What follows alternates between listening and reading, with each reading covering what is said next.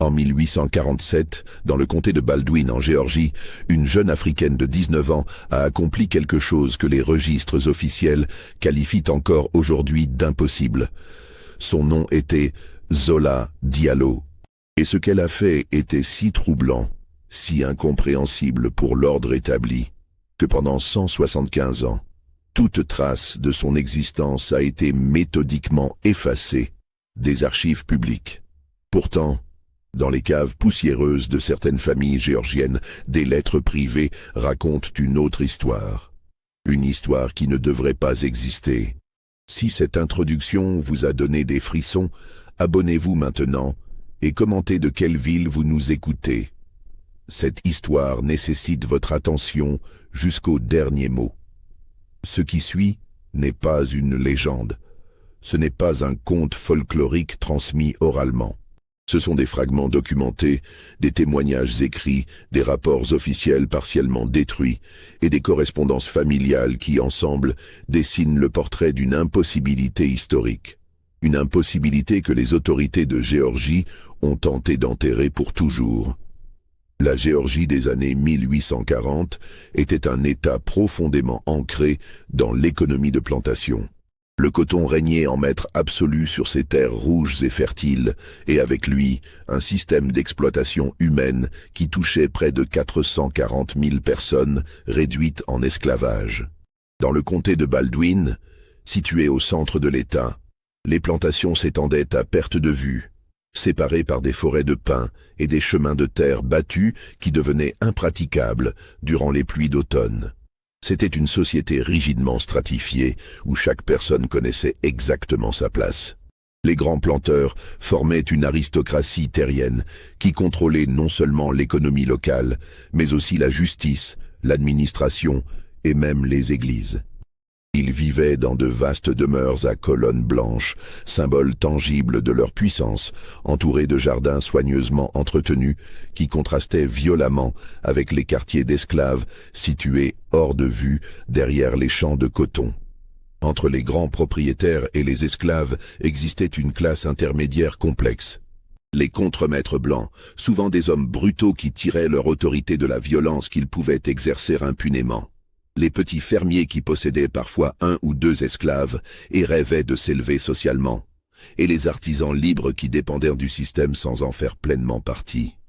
Cette hiérarchie était maintenue non seulement par la force, mais par un ensemble de lois, de coutumes et de terreurs psychologiques qui rendaient toute transgression impensable.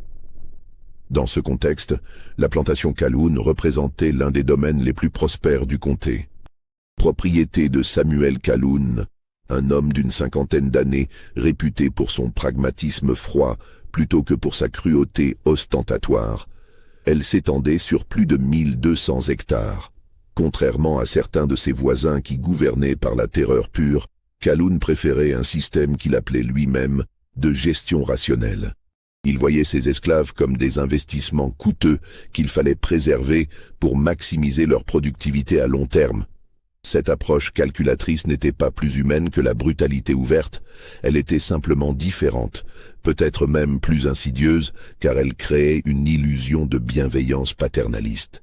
La demeure principale dominait le paysage, une construction en briques rouges de style néoclassique avec son portique imposant. Derrière elle s'étendaient les bâtiments fonctionnels, la cuisine séparée pour prévenir les incendies, les écuries, les entrepôts, les ateliers. Et encore plus loin, invisible depuis la maison principale, mais toujours présent dans la conscience collective, les cabanes des esclaves formaient leur propre village. Une communauté forcée de près de 130 âmes qui vivaient sous la surveillance constante du système.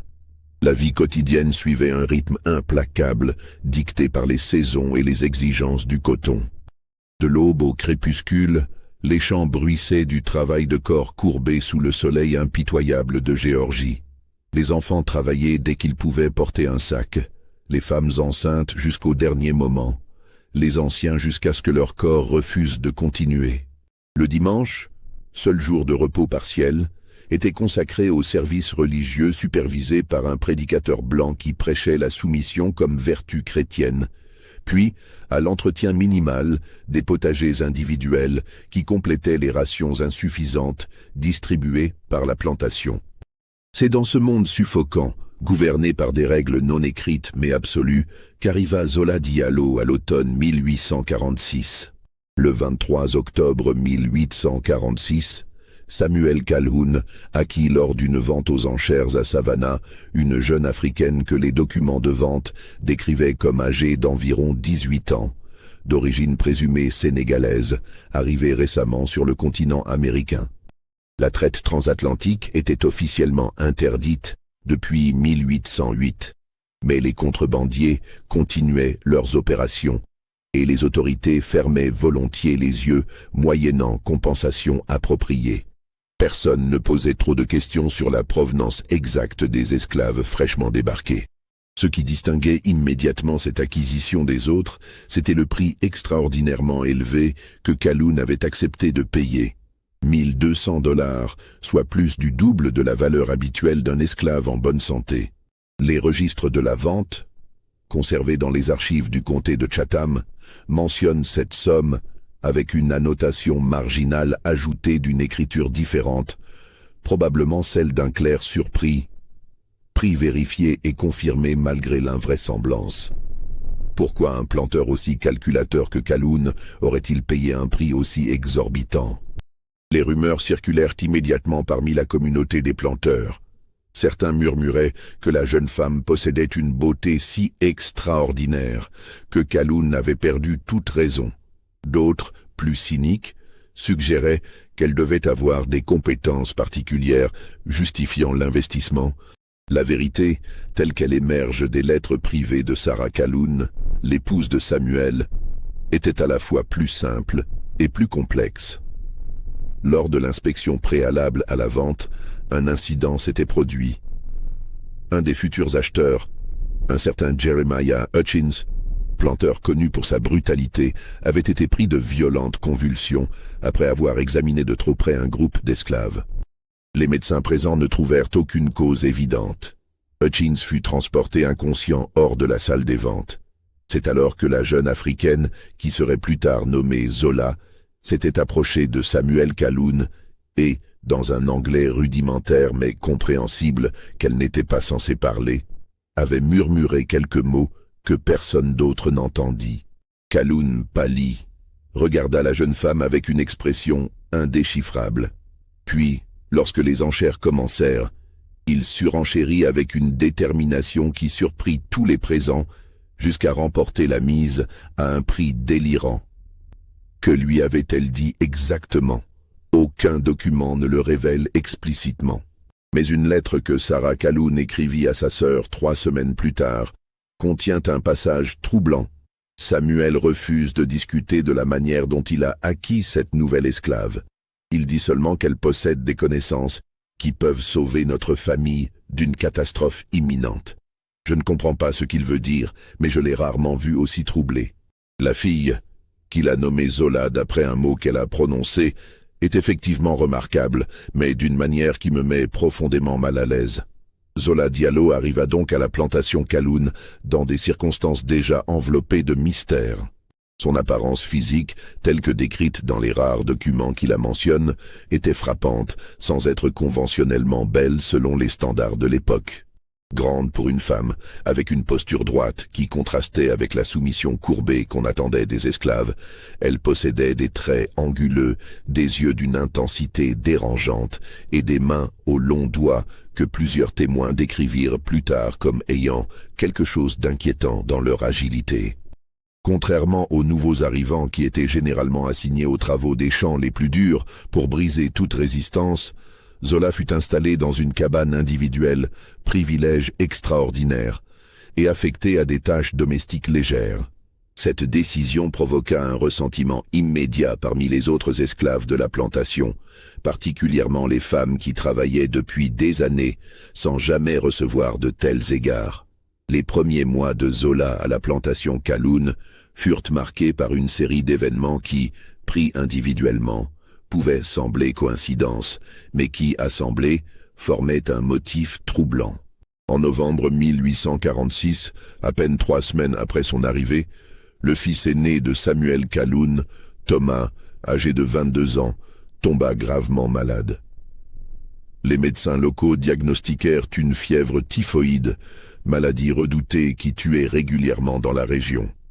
On prépara la famille à l'inévitable. Thomas délirait, son corps consumé par une fièvre qui ne baissait pas, malgré les saignées répétées et les cataplasmes de moutarde.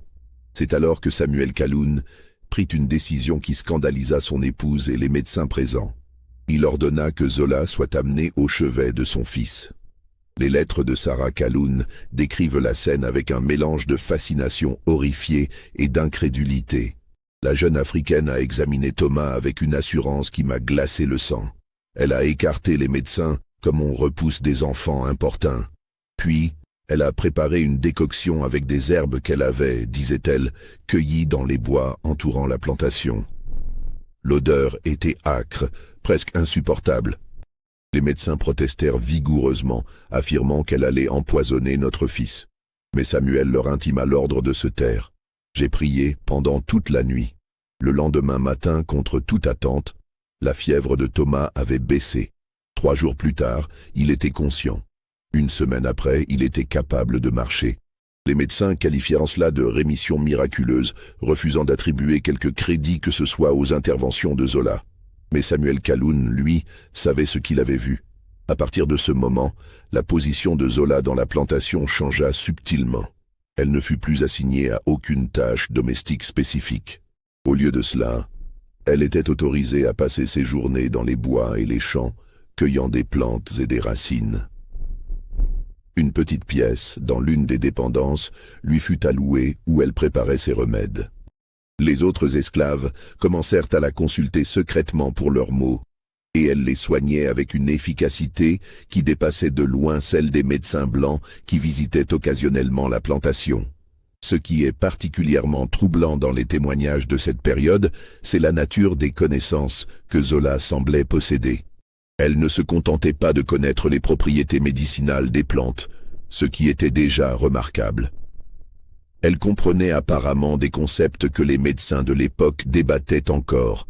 L'importance de la propreté des plaies, l'idée que certaines maladies se transmettaient par contact, la nécessité d'isoler les malades contagieux. Un document particulièrement révélateur est une lettre du docteur Cornelius Pemberton, médecin établi dans le comté, adressée à un collègue de Milledgeville en mars 1847. J'ai été témoin de pratiques qui défient mon entendement médical.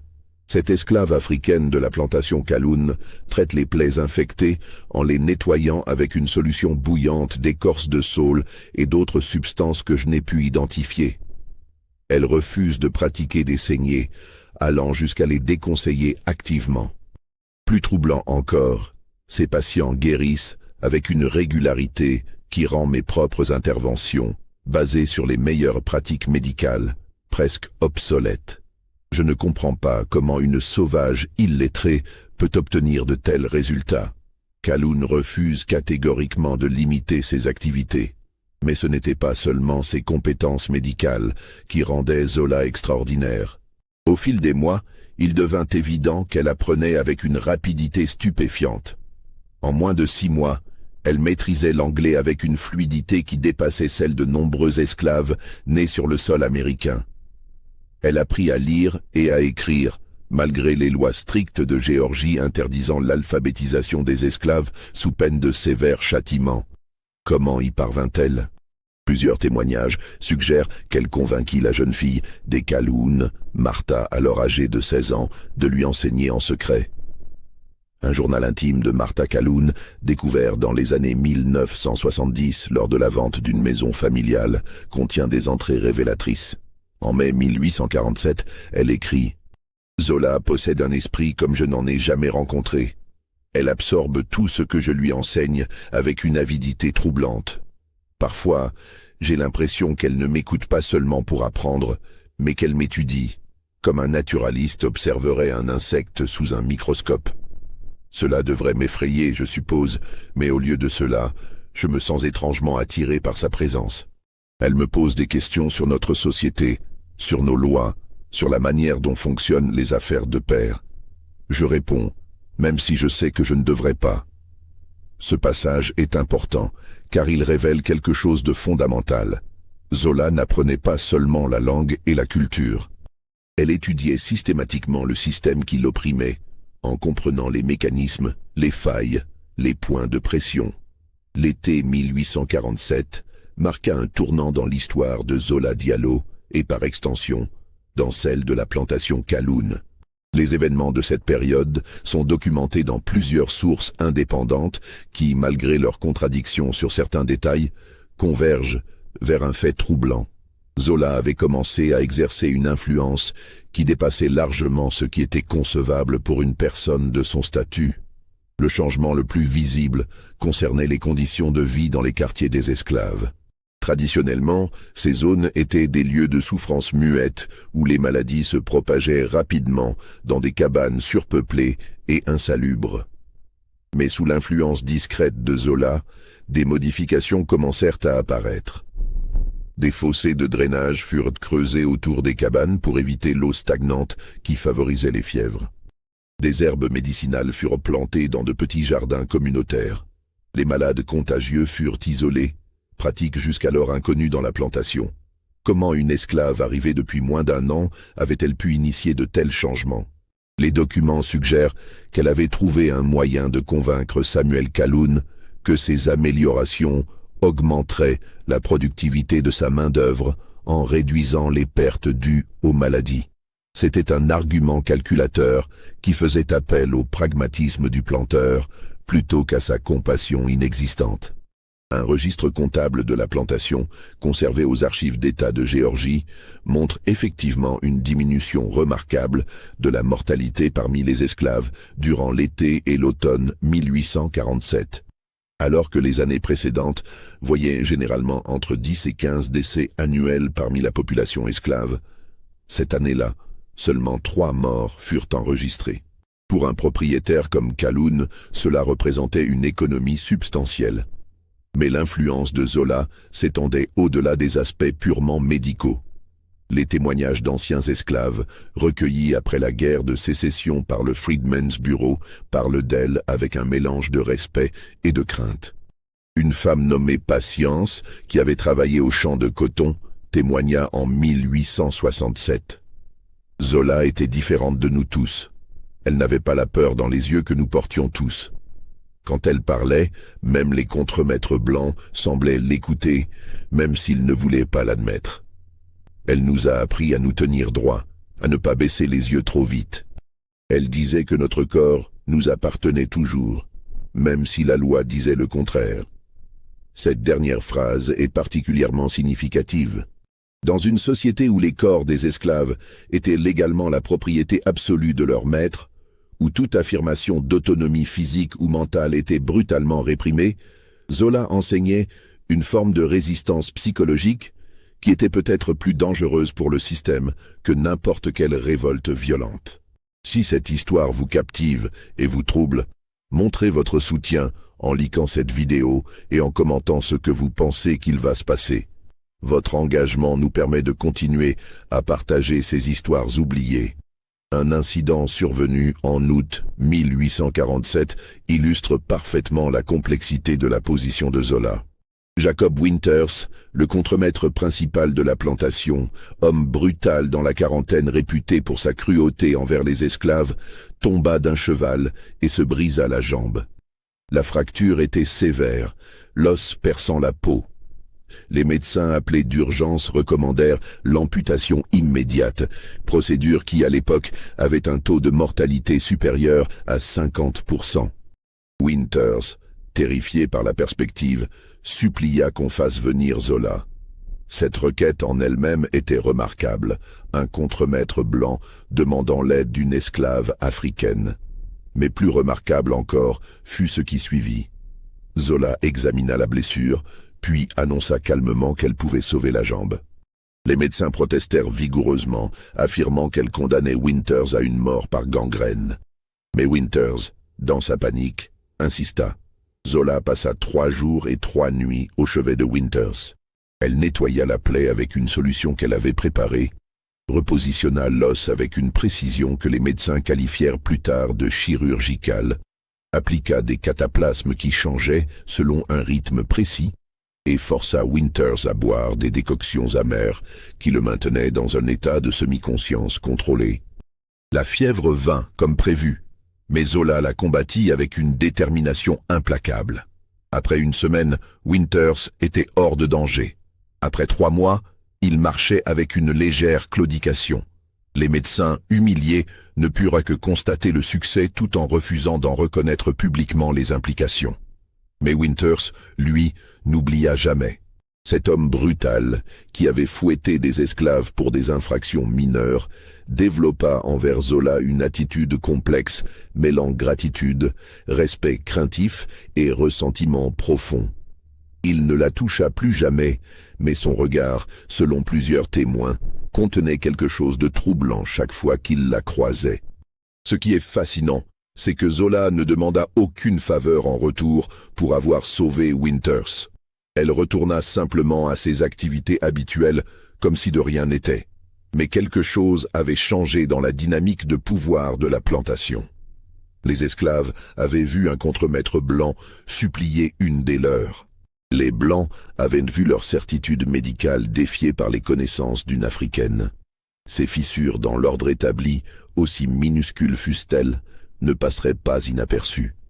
L'automne 1847 apporta avec lui une série d'événements qui transformeraient la position inhabituelle mais relativement stable de Zola en quelque chose de beaucoup plus dangereux et complexe. Le catalyseur fut l'arrivée d'un visiteur inattendu à la plantation Calhoun. Le 12 octobre, un homme se présenta à la porte principale de la demeure. Il se nommait Nathaniel Bradshaw, se disait inspecteur du bureau des registres de propriété de l'État de Géorgie et affirmait venir vérifier la conformité des documents de propriété des esclaves suite à des irrégularités constatées dans les registres de plusieurs comtés.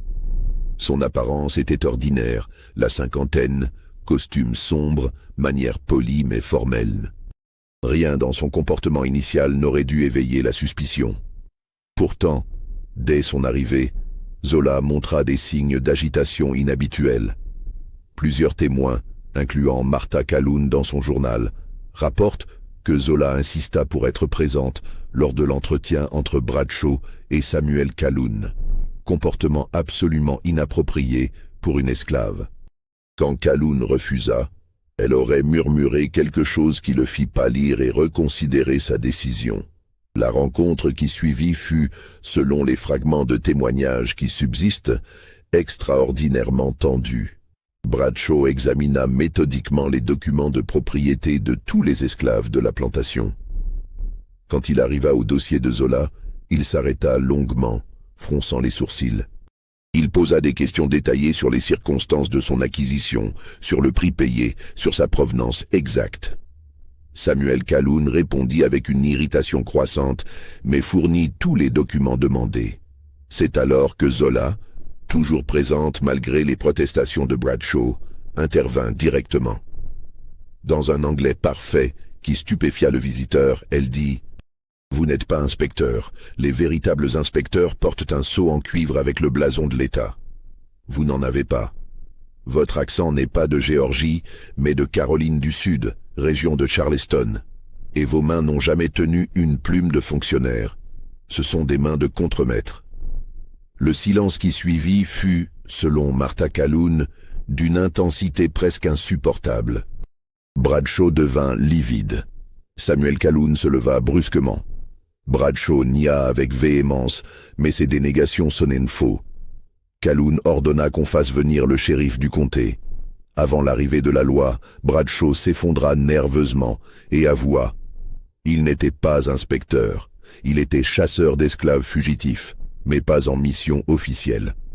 Il recherchait une jeune Africaine pour le compte de quelqu'un qu'il refusa de nommer, quelqu'un de très puissant qui avait des raisons de vouloir la retrouver. Il avait suivi sa trace depuis Savannah, utilisant sa fausse identité d'inspecteur pour accéder légalement aux plantations. Pourquoi recherchait-il Zola?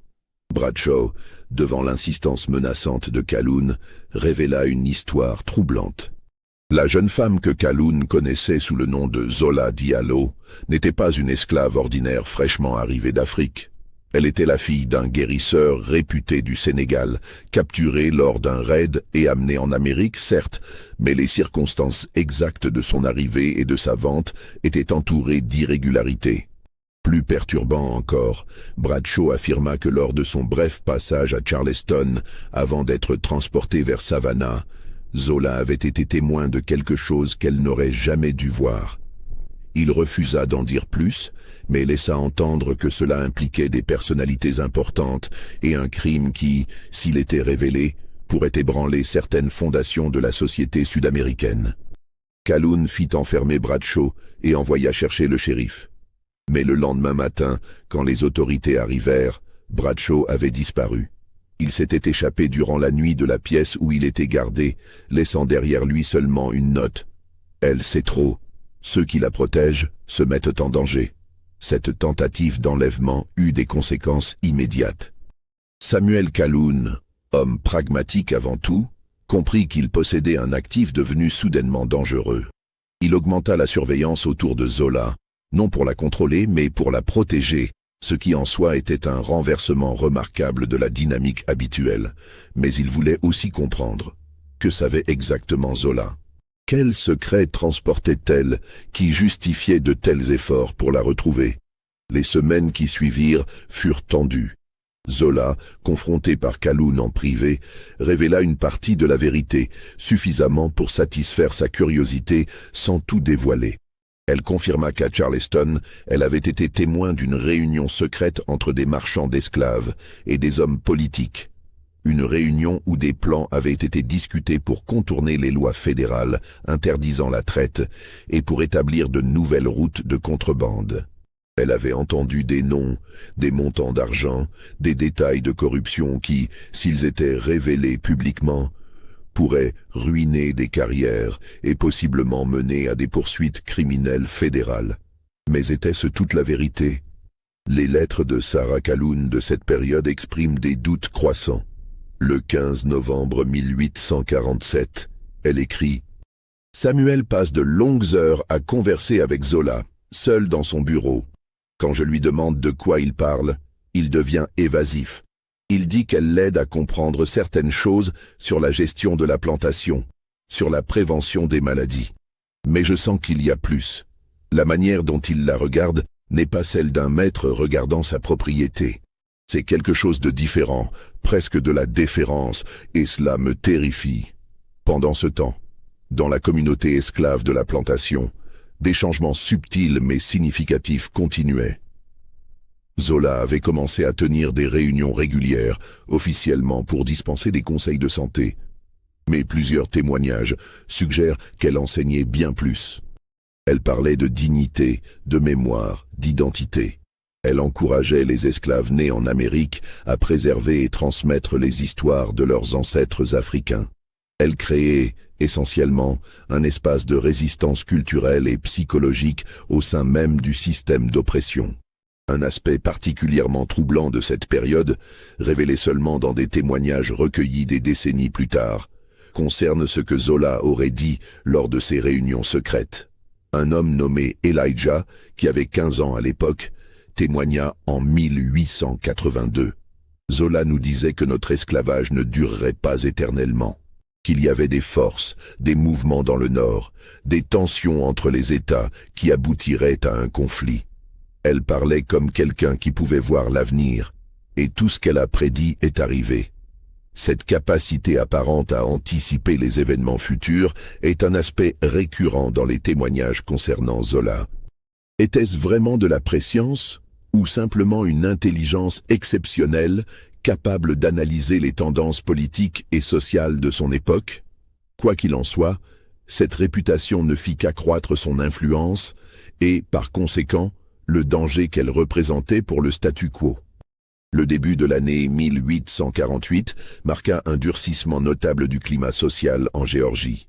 Des nouvelles de révoltes d'esclaves dans d'autres États, amplifiées et souvent exagérées, circulaient et créaient une paranoïa croissante parmi les planteurs. Des lois plus strictes furent adoptées, limitant encore davantage les mouvements des esclaves et augmentant les peines pour toute forme de désobéissance. Dans ce contexte tendu, l'existence d'une esclave exerçant une influence aussi inhabituelle que Zola ne pouvait rester indéfiniment sous le radar. Les premières critiques vinrent d'autres planteurs du comté qui avaient entendu parler de la situation à la plantation Calhoun. Lors d'une réunion du comité agricole en février 1848, plusieurs d'entre eux exprimèrent publiquement leurs préoccupations. Un compte-rendu de cette réunion, conservé dans les archives du comté de Baldwin, contient un passage révélateur. Le colonel Ezekiah Pemberton a soulevé la question des pratiques inhabituelles observées à la plantation Calhoun, mentionnant spécifiquement les libertés excessives accordées à une esclave africaine. Il a averti que de tels exemples créent des attentes dangereuses parmi la population esclave et menacent l'ordre social établi. Monsieur Calhoun a répondu que ces méthodes de gestion lui appartiennent et que les résultats parlent d'eux-mêmes en termes de productivité et de rentabilité. La tension durant cet échange était palpable, mais les pressions externes n'étaient qu'une partie du problème. Au sein même de la plantation Calhoun, des fissures commençaient à apparaître. Jacob Winters, le contremaître que Zola avait sauvé, développait une obsession malsaine. Plusieurs témoignages parlent de son comportement de plus en plus erratique. Il surveillait Zola constamment, notait ses mouvements, documentait ses interactions avec d'autres esclaves. Il était partagé entre la gratitude pour sa vie sauvée et la rage d'avoir été rabaissé, d'avoir dû supplier une esclave africaine. Un journal personnel de Winters, découvert après sa mort et brièvement mentionné dans un article de journal local, avant de disparaître mystérieusement, contenait des passages qui révélaient son état d'esprit troublé. Elle me regarde avec des yeux qui voient trop. Elle sait que je lui dois ma jambe, peut-être ma vie, et elle utilise cette dette comme une chaîne invisible. Les autres esclaves la suivent, non par peur, mais par respect, ce qui est infiniment plus dangereux. Calhoun est aveuglée par ses succès médicaux et ne voit pas qu'elle construit quelque chose qui finira par nous détruire tous. Le 28 mars 1848, un incident précipita la crise. Une épidémie de dysenterie frappa plusieurs plantations du comté, maladie mortelle qui pouvait décimer des populations entières en quelques semaines. La plantation Calhoun, grâce aux mesures d'hygiène que Zola avait implémentées, fut remarquablement épargnée. Seulement 2 cas bénins furent répertoriés, rapidement traités. Cette réussite, plutôt que d'être célébrée, devint source de suspicion. Comment était-il possible qu'une plantation reste pratiquement intacte quand toutes les autres souffraient? Des rumeurs commencèrent à circuler, des rumeurs dangereuses qui transformaient le succès médical en sorcellerie supposée. Certains murmuraient que Zola avait conclu un pacte avec le diable. D'autres affirmaient qu'elle empoisonnait délibérément les plantations voisines pour faire briller celles de Calhoun.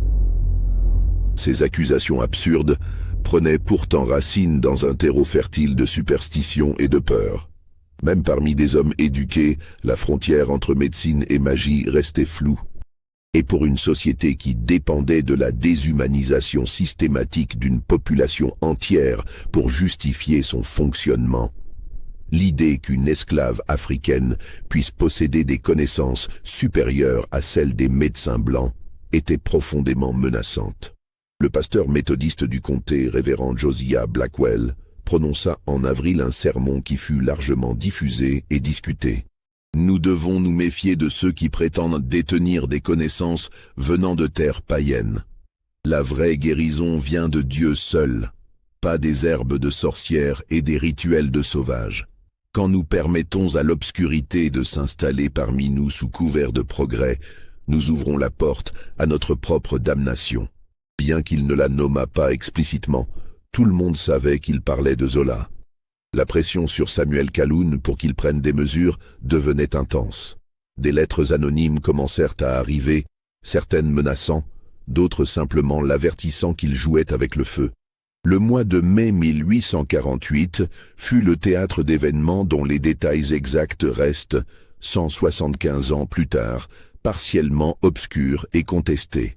Ce qui suit est reconstitué à partir de fragments de témoignages, de lettres privées et de quelques documents officiels qui ont échappé à la destruction systématique qui suivit. Le 3 mai, une réunion extraordinaire fut convoquée au tribunal du comté.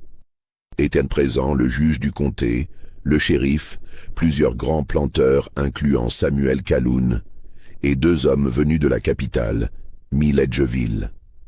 Ces visiteurs se présentèrent comme des représentants du gouverneur venus enquêter sur les troubles sociaux croissants dans le comté. Les procès-verbaux officiels de cette réunion ont disparu, mais une lettre que le greffier du tribunal, Amos Whitfield, écrivit à son frère 3 jours plus tard, donne un aperçu de ce qui fut discuté. « J'ai assisté à une réunion dont je ne devrais pas parler, mais je dois te confier ce qui pèse sur ma conscience. Il a été question d'une esclave de la plantation Calhoun, une Africaine qui aurait acquis une influence jugée intolérable par les autorités. Les hommes de Milledgeville ont présenté des preuves, ont-ils affirmé, que cette femme était impliquée dans des activités de conspiration, qu'elle préparait une insurrection, qu'elle utilisait ses soins médicaux pour gagner la loyauté d'esclaves de plusieurs plantations dans le but de fomenter une révolte. Ces accusations étaient-elles fondées ? Aucune preuve concrète ne fut jamais présentée publiquement. Il est possible qu'elles fussent entièrement fabriquées pour justifier une action préventive. Mais il est aussi possible que Zola, avec son intelligence remarquable et sa compréhension du système, avait effectivement commencé à organiser quelque chose de plus structuré qu'une simple résistance culturelle. Ce qui est indéniable, c'est que la décision fut prise d'agir rapidement et discrètement. Le terme utilisé dans la lettre de Whitfield est « neutraliser la menace sans créer de martyrs ».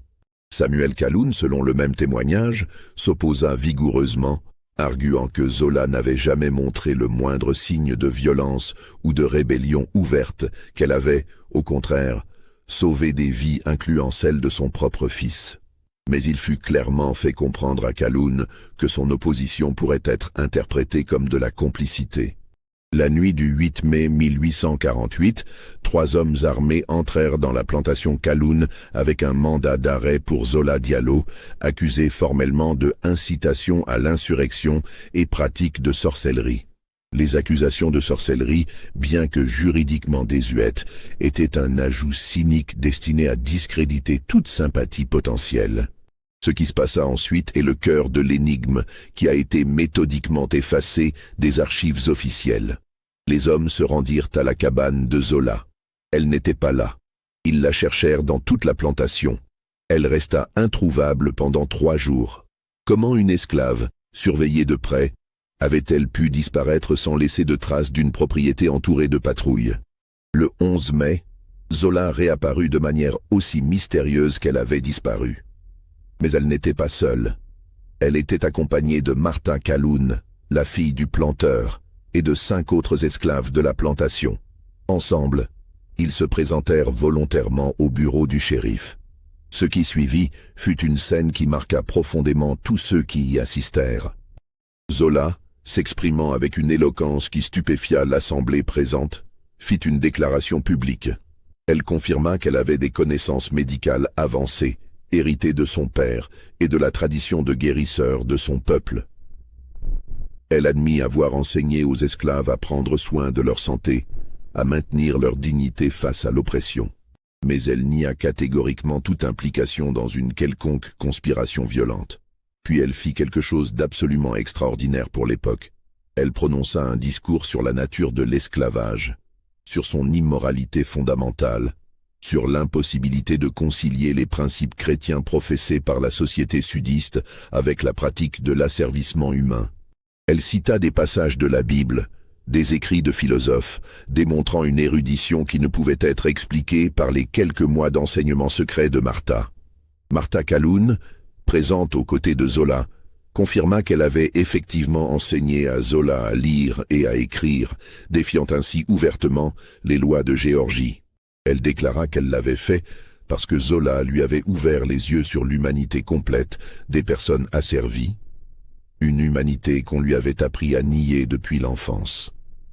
Un document extraordinaire a survécu à la destruction des archives, Le témoignage sténographié d'un journaliste local, jamais publié de son vivant, mais retrouvé dans ses papiers personnels. Il rapporte une partie du discours de Zola. « Je suis Zola, fille de Mamadou Diallo, guérisseur et sage de mon village. J'ai été arraché à ma terre, à ma famille, à ma vie. Mais vous ne pouvez pas m'arracher ma connaissance, ma dignité, mon humanité. J'ai soigné vos malades, blancs et noirs, sans distinction. J'ai sauvé des vies que vos médecins condamnaient. Et pour cela, vous m'accusez de sorcellerie. Ce n'est pas de la magie, messieurs, c'est de la médecine, du savoir transmis à travers des générations. Si mon savoir vous menace, c'est parce qu'il expose la fragilité de vos certitudes. » Le silence qui suivit fut, selon le journaliste, d'une densité presque physique. Les autorités présentes étaient confrontées à un dilemme impossible. Elles pouvaient difficilement condamner publiquement une femme qui n'avait fait que soigner les malades et qui venait de se rendre volontairement. Mais elles ne pouvaient non plus laisser impuni un tel défi à l'ordre établi. La solution fut trouvée dans le secret et l'effacement. Il fut décidé, lors d'une réunion fermée dont seules des bribes ont filtré, que Zola serait officiellement vendu à un acheteur de Louisiane, loin de Géorgie, et que tous les documents relatifs à son séjour dans le comté de Baldwin seraient nettoyés pour éviter qu'elle ne devienne un symbole. Mais ce qui se passa réellement reste sujet à spéculation. Certains témoignages affirment qu'elle fut effectivement transportée vers la Louisiane. D'autres, plus troublants, suggèrent qu'elle mourut lors du transport dans des circonstances non clarifiées. Un troisième groupe de témoignages, les plus intrigants mais aussi les moins vérifiables, prétend qu'elle s'échappa avec l'aide d'un réseau clandestin d'abolitionnistes et que son transfert en Louisiane ne fut qu'une couverture. Ce qui est certain, c'est que tous les registres officiels concernant Zola Diallo furent systématiquement détruits ou modifiés. Les documents de vente de Savannah disparurent. Les registres de la plantation Calhoun furent accidentellement endommagés par un incendie qui ne brûla curieusement que les pages la concernant. Les procès-verbaux du tribunal furent perdus lors d'une inondation en 1850.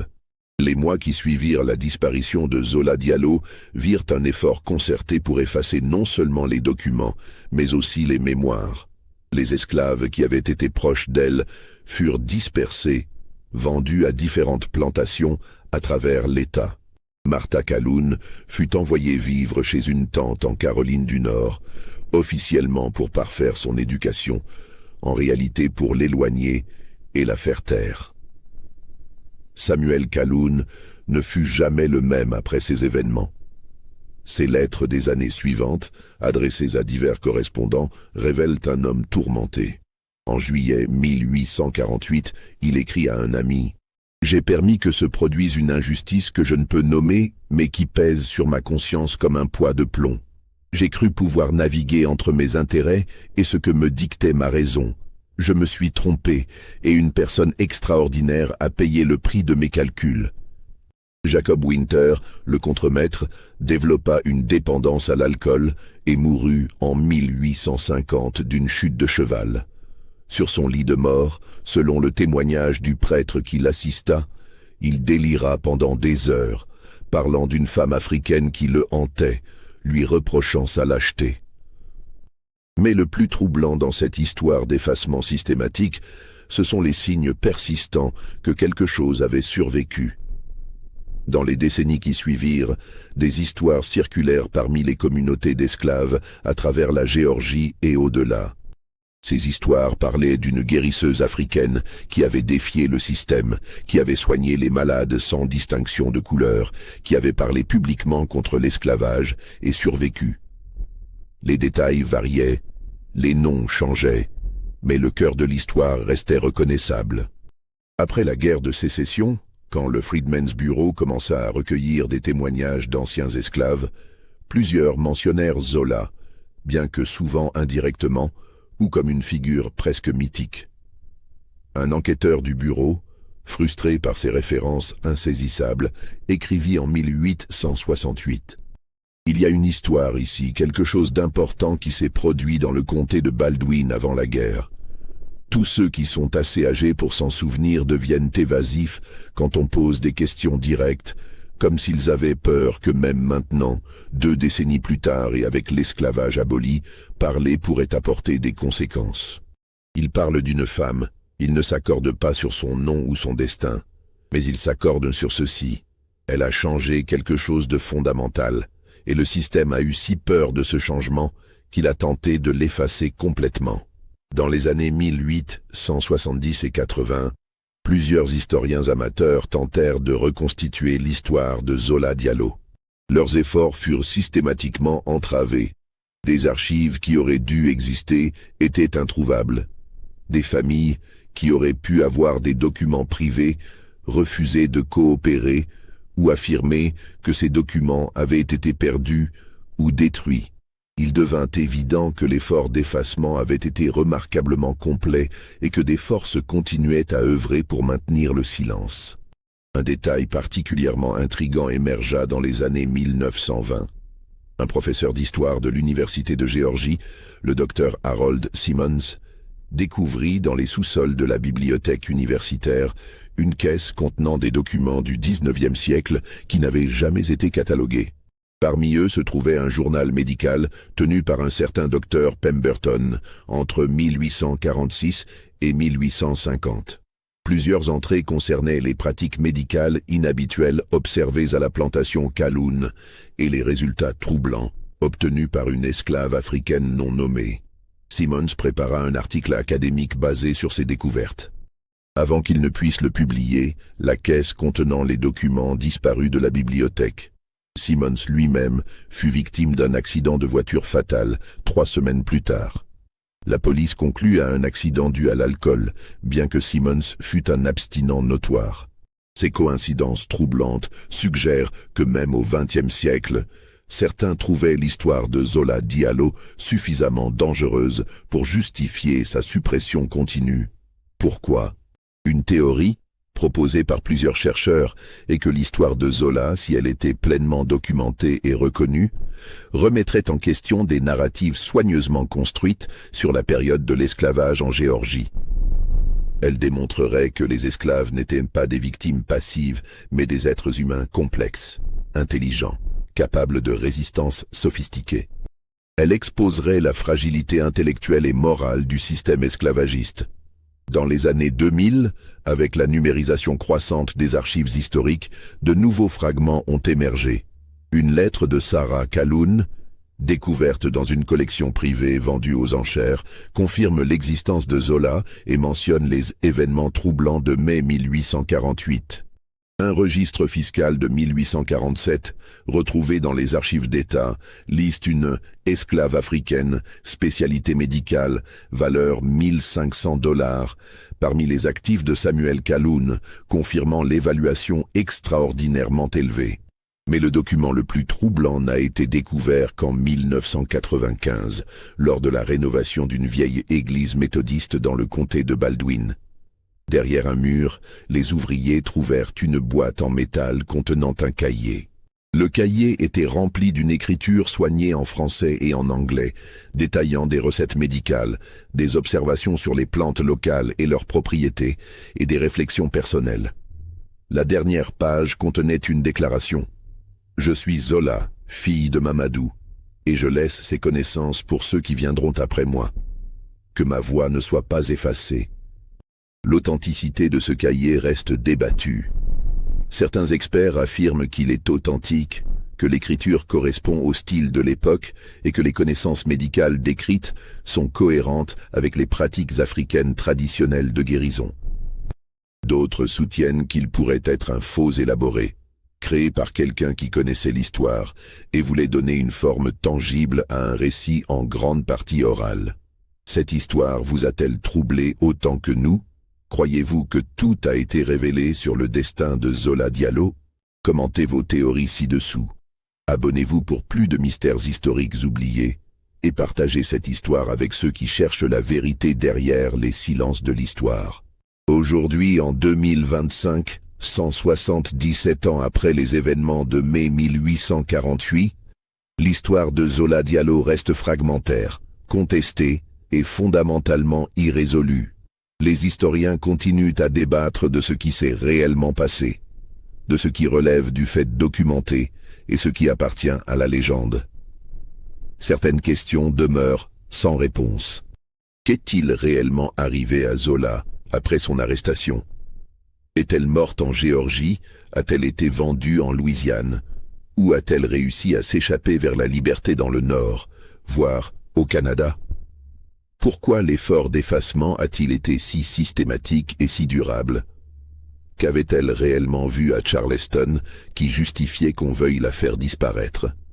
Les descendants des familles impliquées, quand on peut les identifier et qu'ils acceptent de parler, offrent des récits contradictoires.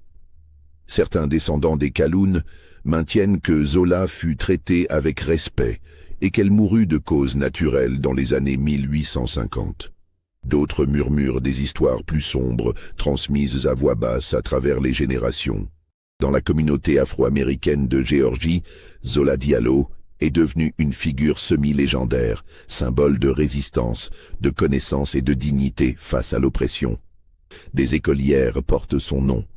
Des organisations communautaires l'invoquent comme inspiratrice. Mais même là, les détails de son histoire restent flous, modelés par le temps et la transmission orale. Ce qui est indéniable, c'est qu'une jeune femme africaine exceptionnelle a existé dans le comté de Baldwin en Géorgie dans les années 1840. Qu'elle possédait des connaissances médicales remarquables pour son époque, qu'elle a exercé une influence inhabituelle dans un système conçu pour la réduire à la condition d'objet, et que son existence a été jugée suffisamment menaçante pour justifier un effort systématique d'effacement qui a duré plus d'un siècle. L'histoire de Zola Diallo pose des questions qui dépassent son cas individuel. Combien d'autres histoires similaires ont été complètement effacées, sans laisser même les fragments qui permettent de reconstituer la sienne? Combien de voix ont été réduites au silence? Combien de vies extraordinaires ont été délibérément oubliées parce qu'elles ne correspondaient pas aux narratives que le pouvoir voulait préserver? Peut-être que la leçon la plus importante de cette histoire n'est pas dans les réponses, mais dans les questions elles-mêmes. Dans le fait que, malgré tous les efforts pour l'effacer, l'histoire de Zola a survécu, même sous forme fragmentaire. Dans le fait que les silences dans les archives historiques peuvent être aussi révélateurs que ce qui y est écrit. Dans le fait que l'histoire officielle n'est jamais l'histoire complète. Quelque part dans le comté de Baldwin, peut-être dans un cimetière non marqué, peut-être dans une terre qui a longtemps depuis été convertie à d'autres usages, repose peut-être Zola Diallo. Ou peut-être a-t-elle vécu une longue vie ailleurs, sous un autre nom, continuant à soigner, à enseigner, à résister. Nous ne le saurons peut-être jamais avec certitude, mais nous savons ceci. Elle a existé. Elle était réelle. Et malgré tous les efforts pour effacer son souvenir, nous en parlons encore aujourd'hui. Dans un système conçu pour déshumaniser et oublier, elle a réussi l'impossible. Elle a persisté dans la mémoire collective. Et peut-être que c'est la forme la plus puissante de résistance.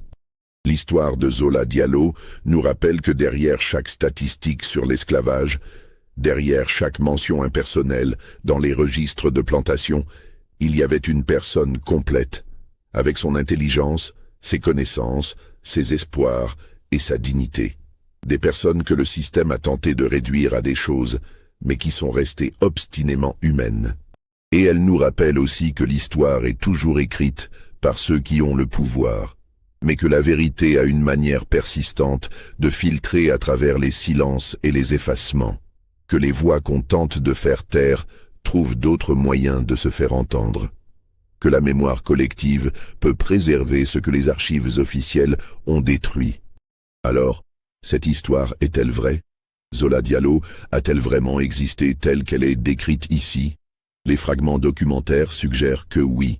Les efforts d'effacement suggèrent que quelque chose d'important s'est passé. Mais la vérité complète reste, comme tant de vérités de cette période sombre de l'histoire américaine, quelque part entre le documenté et l'oublié, entre le dit et le non dit, entre ce qui est arrivé et ce que nous pouvons prouver, Et peut-être que c'est précisément ce qui rend cette histoire si puissante. Elle nous force à confronter les limites de ce que nous pouvons savoir avec certitude sur le passé. Elle nous rappelle que l'absence de preuve n'est pas la preuve d'absence. Et elle nous invite à imaginer les innombrables histoires d'humanité, de résistance et de dignité qui ont été perdues dans les silences de l'histoire.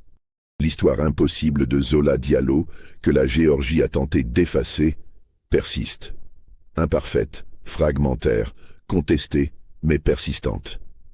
Et dans cette persistance même, il y a une forme de justice, une forme de victoire contre l'oubli. Peut-être que quelque part, dans des archives encore non explorées, dans une cave poussiéreuse, dans une boîte oubliée, d'autres fragments attendent d'être découverts. Des fragments qui compléteront le portrait, qui répondront aux questions qui demeurent. Ou peut-être pas. Peut-être que nous devrons vivre avec l'incomplétude, avec le mystère. Mais nous continuerons à raconter l'histoire. Nous continuerons à poser les questions. Et nous continuerons à honorer la mémoire d'une jeune femme africaine qui, pendant un bref moment dans les années 1840, a défié l'impossible et laissé une marque si profonde que même 177 ans d'efforts pour l'effacer n'ont pas réussi à la faire disparaître complètement. Zola Diallo, fille de Mamadou, guérisseuse, enseignante, résistante, que son nom ne soit pas oublié.